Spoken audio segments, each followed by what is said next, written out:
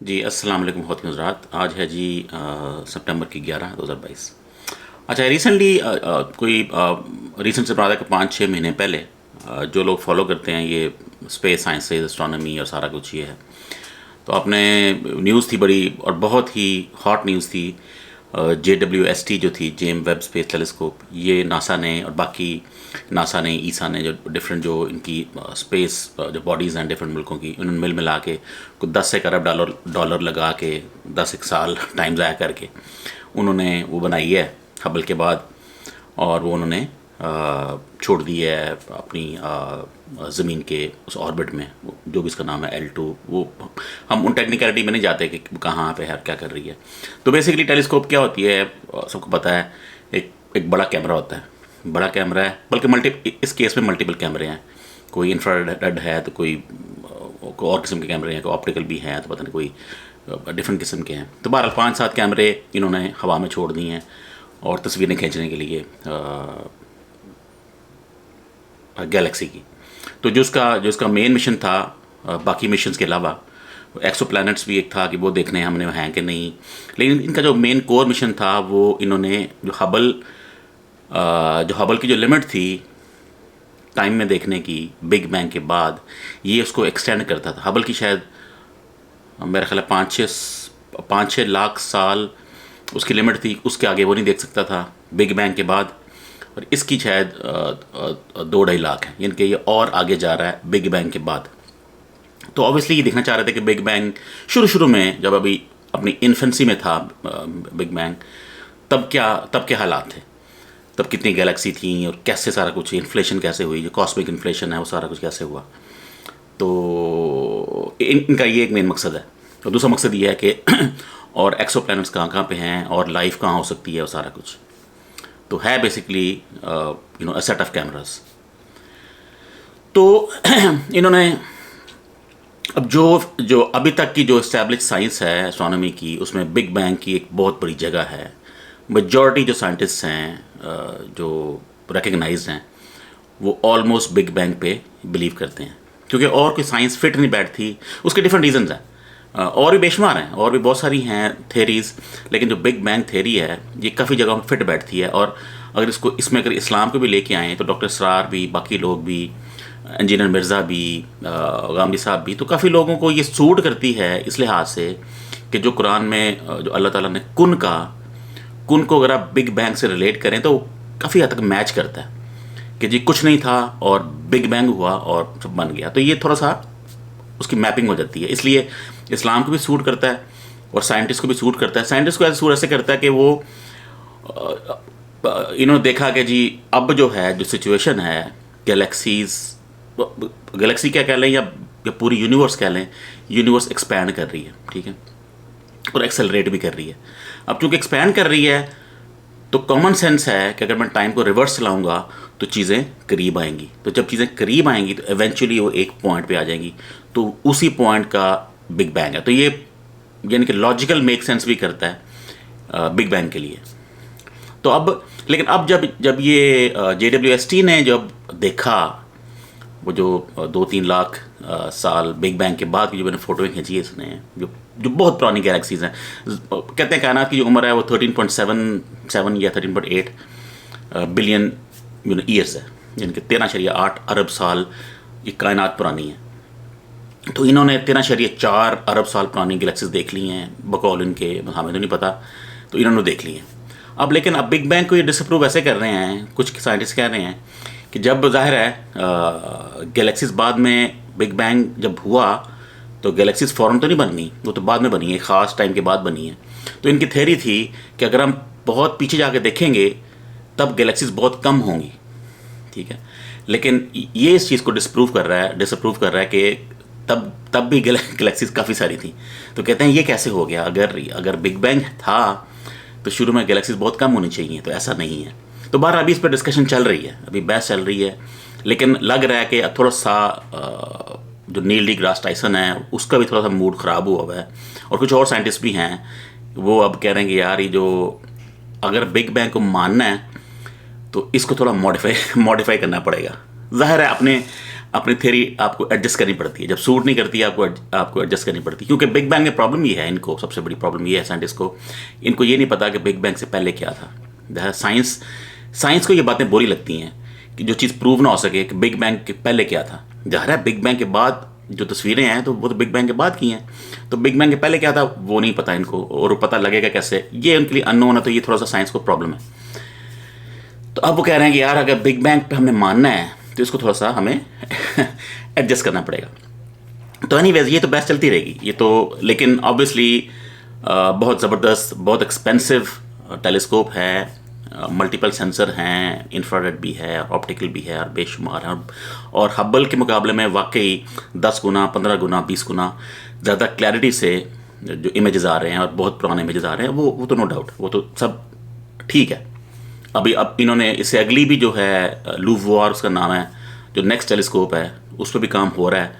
इस पे लगे हैं $10 बिलियन, उस पर लगेंगे $18 बिलियन, 18-20 बिलियन डॉलर। कहते ऐसे ही हैं, बाद में बढ़ जाते हैं। सेम हुआ था इसके साथ, ये स्टार्ट पता नहीं 400-500 मिलियन पे हुई थी, फिर ये चलेगी 10 अरब पे, तो वहाँ पे भी यही होना है। लेकिन चलें, फिलहाल वो कह रहे हैं 18 बिलियन पे लूवोइर बनेगी। वो इसकी भी दादी है, यानी कि उसका वही बात है, लेंस बड़े हैं, उसका जो सेंसर ज़्यादा एडवांस हैं, तो शायद और दूर देख सके। तो वो पता नहीं कब लॉन्च होती है, शायद अगले साल या उससे अगले साल होनी है। तो फिलहाल तो इसकी तस्वीरें आ रही हैं, और वो कह रहे हैं कि यार सारा जो हमारे कॉन्सेप्ट से थोड़े से ख़राब हो रहे हैं कायनात के, कि ये कैसे है, ठीक है ना। तो दूसरा फिर इस खबर के साथ, अब ज़ाहिर है कायनात इतनी बड़ी है, इनकी प्रॉब्लम ये है, लाइट ईयर्स की बात होती है, कोई चीज़ 400 लाइट ईयर दूर है, कोई 500 लाइट ईयर दूर है, तो कोई मिलियंस ऑफ लाइट ईयर्स दूर है। तो ये जो फासले हैं, ये फासले इतने बड़े हैं कि इंसान की जो औकात है अभी जो औकात है उससे बहुत ज़्यादा है, ठीक है ना। मतलब इतने ज़्यादा हैं कि हमारे बस की बात नहीं है, ठीक है ना। चांद पर जाना एक हैसल होती है। प्रॉब्लम ये ज़ाहिर है कि अगर एक लाइट ईयर दूर कोई चीज़ है, एक नूरी साल जिसे कहते हैं हम, कोई इतनी चीज़ दूर है, तो बेसिकली ये वो डिस्टेंस है जो रोशनी एक साल में फासला तय करती है, और 3 लाख मीटर फी सेकंड के हिसाब से वो है डिस्टेंस है। अब मतलब कहने का ये है कि अगर आपके कोई स्पेसशिप आप बना भी लेते हैं जो लाइट स्पीड से ट्रैवल करेगी, जो कि इम्पॉसिबल है, आइंस्टाइन की थ्योरी वो बर्बाद हो जाती है अगर मैटर उस पर ट्रैवल करता है। लेकिन चलें, रिगार्डलेस आइंस्टाइन को छोड़ देते हैं। तो अगर आप ट्रैवल भी करते हैं लाइट स्पीड पे, ठीक है, तो आपको 1 साल लगेगा, और 1 साल तो कुछ भी नहीं है, ठीक है ना। तो चीज़ें बहुत बहुत दूर हैं। जो हमारा करीब तरीन हमारा जो स्टार है वो मेरे ख्याल 4 साल दूर है, नूरी साल दूर है। लेकिन अभी जो हमारी स्पीड है वो कितनी है? 20,000, 25,000, 30,000, 35,000, मगर 40-50,000 मैक्स है। जो हमारे जो रॉकेट्स गए हैं, अपोलो जो गए हैं पुराने, वो इस स्पीड तक गए हैं, जो कि उसका कोई मुकाबला नहीं है, ठीक है। रिसेंटली मैं न्यूज़ देख रहा था, इलॉन मस्क की भी और एक और साइंटिस्ट की भी, मुझे बहुत ही हंसी आई वो न्यूज़ देख के। ऑल्दो हम साइंटिस्ट नहीं हैं, लेकिन इस चीज़ को छोड़ के, रिगार्डलेस के हमें क्या पता है और इलॉन को क्या पता है, तो बकौल एक और साइंटिस्ट है जिसने एक इंजन बनाया उसके बकौल थ्योरेटिकल है सारा, जिससे उसका नाम दिया जी ये लाइट स्पीड इंजन है, ठीक है। उसका एक और नाम भी है हेलिकल इंजन समथिंग। अच्छा, उसने बड़ा उसको कि जी ये एक डिवाइस है, इसमें माइक्रोवेव होंगी, बाउंस करेंगी, और जो बाउंस करने से जो Newton's third law of motion है वो टकराएगा, उससे रिएक्शन होगा तो वो चलेगा। बहरहाल थ्योरी जो भी है, तो इसको इलॉन ने भी बड़ा इसको लिया कि हाँ ये तो जो है ज़बरदस्त काम हो गया, लाइट स्पीड इंजन हमारा। ये तो बकौल उनके थ्योरेटिकली वो 99% स्पीड ऑफ लाइट पर आपको लेके जा सकता है मैटर को। यानी कि ज़ाहिर है अगर बंदों ने जाना है तो इंसान जाएंगे ना रॉकेट में। तो बाकी उन्होंने उसकी थ्योरेटिकली बताई कि जी 40 फुट उसका डायमीटर होगा, तो पता नहीं कितने 100 फुट उसकी लंबाई होगी, फिर जाके वो इतनी एनर्जी मिलेगी वो माइक्रोवेव बाउंस करने की कि आपको उतना इनर्शिया मिल सके। तो चले रिगार्डलेस कि वो साइज़ क्या है, चले हम मान भी लेते हैं कि आप इतनी स्पीड पर ट्रैवल कर सकते हैं।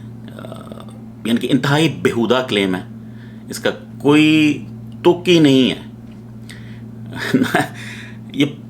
यानी कि मतलब ये एक जोक है, समझे कि एक इलॉन मस्क का, जैसे उसने और जोक नहीं करता वो कि मेरी गाड़ी बुलेट प्रूफ है, उसने पत्थर मारा टूट गया, तो ये वही सीन है। ये मतलब कॉमेडी है। अगर कोई कहे ना कि मैं 99% इतना बड़ा रॉकेट उसमें बंदे लेके ट्रैवल कराऊंगा, तो ये इससे बड़ी कॉमेडी हो नहीं सकती। ये इंसान की बस की बात नहीं है, ये पॉसिबल ही नहीं है। रिगार्डलेस जो हमारी साइंस की क्या औकात है और उनको कितना पता है, हमें कितना पता है, छोड़ दें उसको, ये नामुमकिन है। इलॉन मस्क का प्यो कहे, नील डिग्रास टाइसन कहे, मिची काकू कहे, जो ब्रायन ग्रीन कहे, जो मर्जी कहे, ये थेरी है, थेरी ही रहेगी। हम इसके करीब भी नहीं जा सकते। 99% तो खैर बहुत अब आगे निकल गए हैं ना, अब 5-10% भी नहीं कर सकते।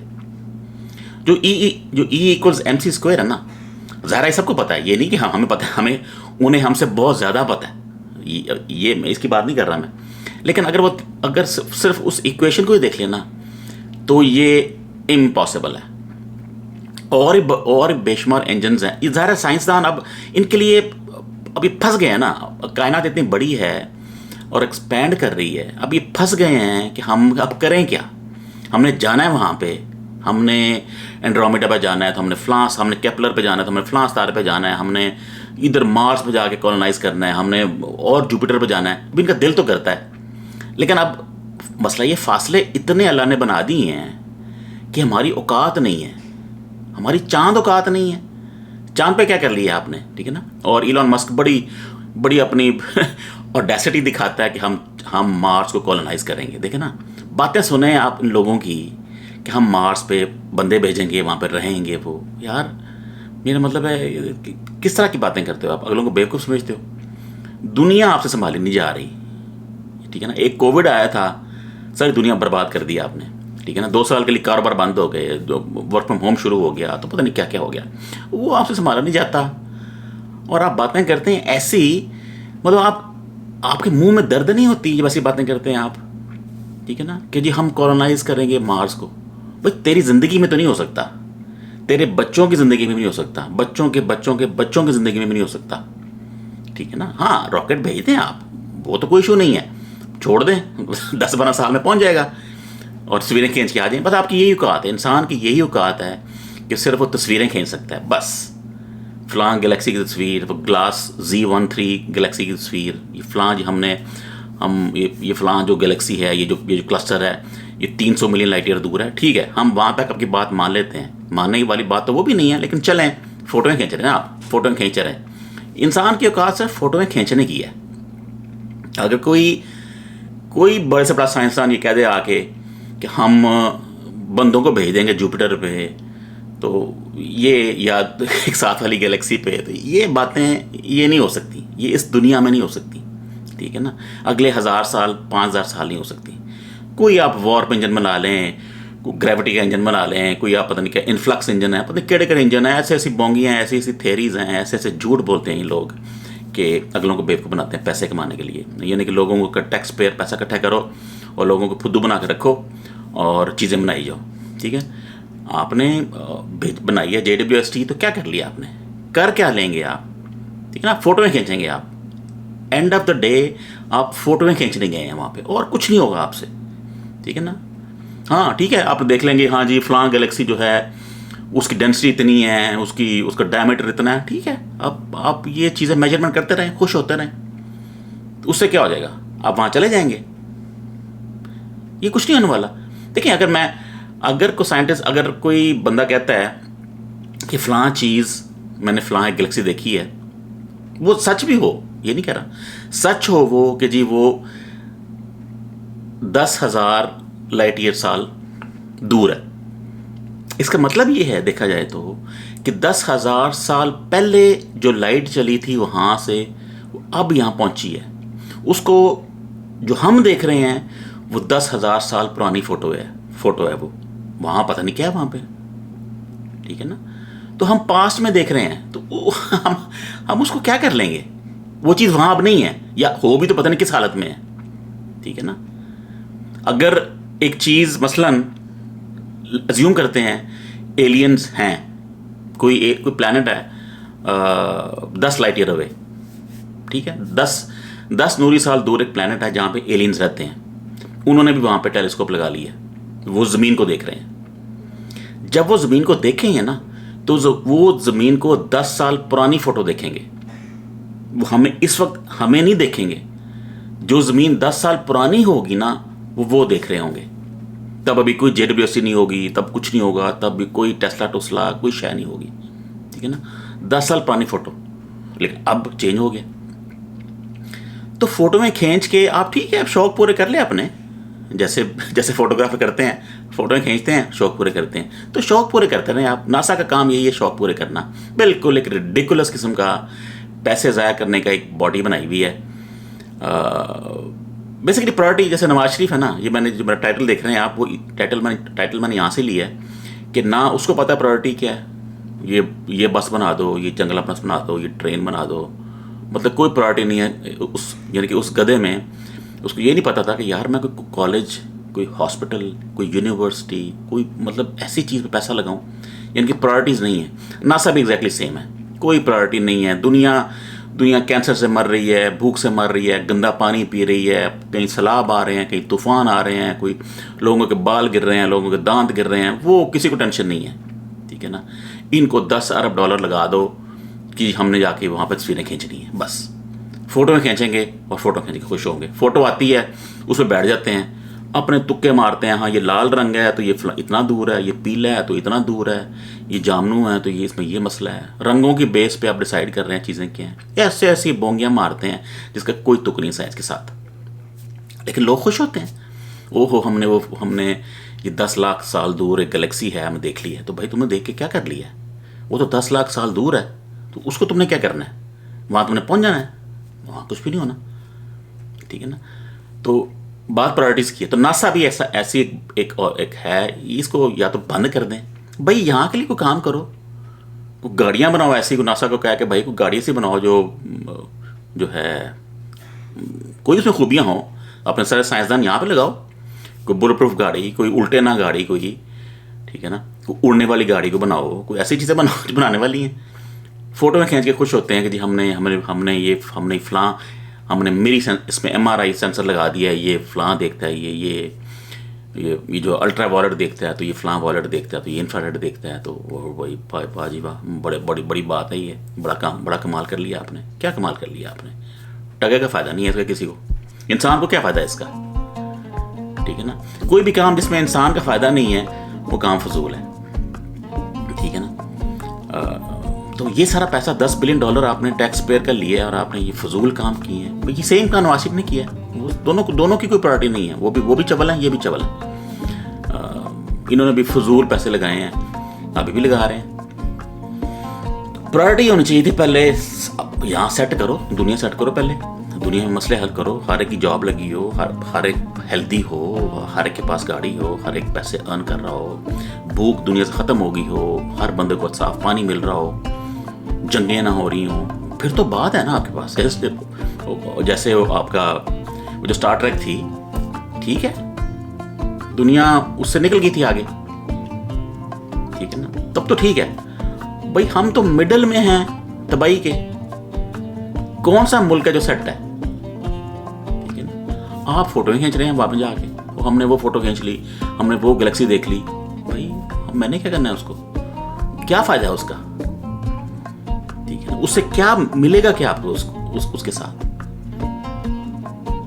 इंसानियत को एज ए ह्यूमैनिटी उसको इस चीज़ का क्या फ़ायदा है? जंगें यहाँ हो रही हैं, रशिया ने फलां पे अटैक किया हुआ है, कश्मीरी पे वो मार रहे हैं, इराक पे आपने बर्बादी कर दी है। भाई जो काम करने वाले हैं वो तो कर नहीं रहे ना, वो हल हो रहे हैं आपसे। पोल्यूशन है वो अन्यवाह है दुनिया पूरी में, ओजोन आपने बर्बाद कर दी है, गर्मी बढ़ जा रही है, जो बर्फ मेल्ट हो रही है, ये काम किसने करने हैं? आप भेज रहे हैं सैटेलाइट्स, ये लूवार, ये हब्बल है, तो ये JWST है, तब लूवार आनी है, ये $18 बिलियन की है, तो ये इसमें अच्छे कैमरे लगे हुए हैं, ये हम और दूर देख लेंगे। भाई कितना दूर देख लोगे? अल्लाह को नहीं देख सकोगे आप, वो आपको नज़र नहीं आना, आपको फरिश्ते नज़र नहीं आने, आपको जन्नत दोज़ख नज़र नहीं आनी, ठीक है ना। आपके पास ये सितारे नज़र आने हैं और आपने और हैरान होना है कि यार ये तो हमारी औकात ही नहीं है, इतनी इतनी बड़ी हो रही है। ठीक है, तो इस ऐसी चीज़ों को बंद होना चाहिए। ये नासा वगैरह को, ये बिल्कुल वेस्ट ऑफ मनी है हर लिहाज से, कोई इसका फ़ायदा नहीं है किसी किस्म का। हाँ, अगर तो वो दुनिया के लिए कोई काम कर रहे हैं भलाई के लिए, वो डिपार्टमेंट्स खोले रहे हैं। ठीक है, जहाज़ पे आप रिसर्च कर रहे हैं, जहाज़ में ट्रैवल करना है, ह्यूमैनिटी को फ़ायदा हो रहा है, वो ठीक है। कोई मज़ीद तेज़ जहाज़ बनाएं आप और सेफ़ जहाज़ बनाएं आप, वो सब ठीक है। लेकिन ये जो आपने काम शुरू किया है ना, ये JWST, तो ये हब्बल, तो ये पता नहीं अब नहीं आ रही है, ये इसका कोई मकसद नहीं है।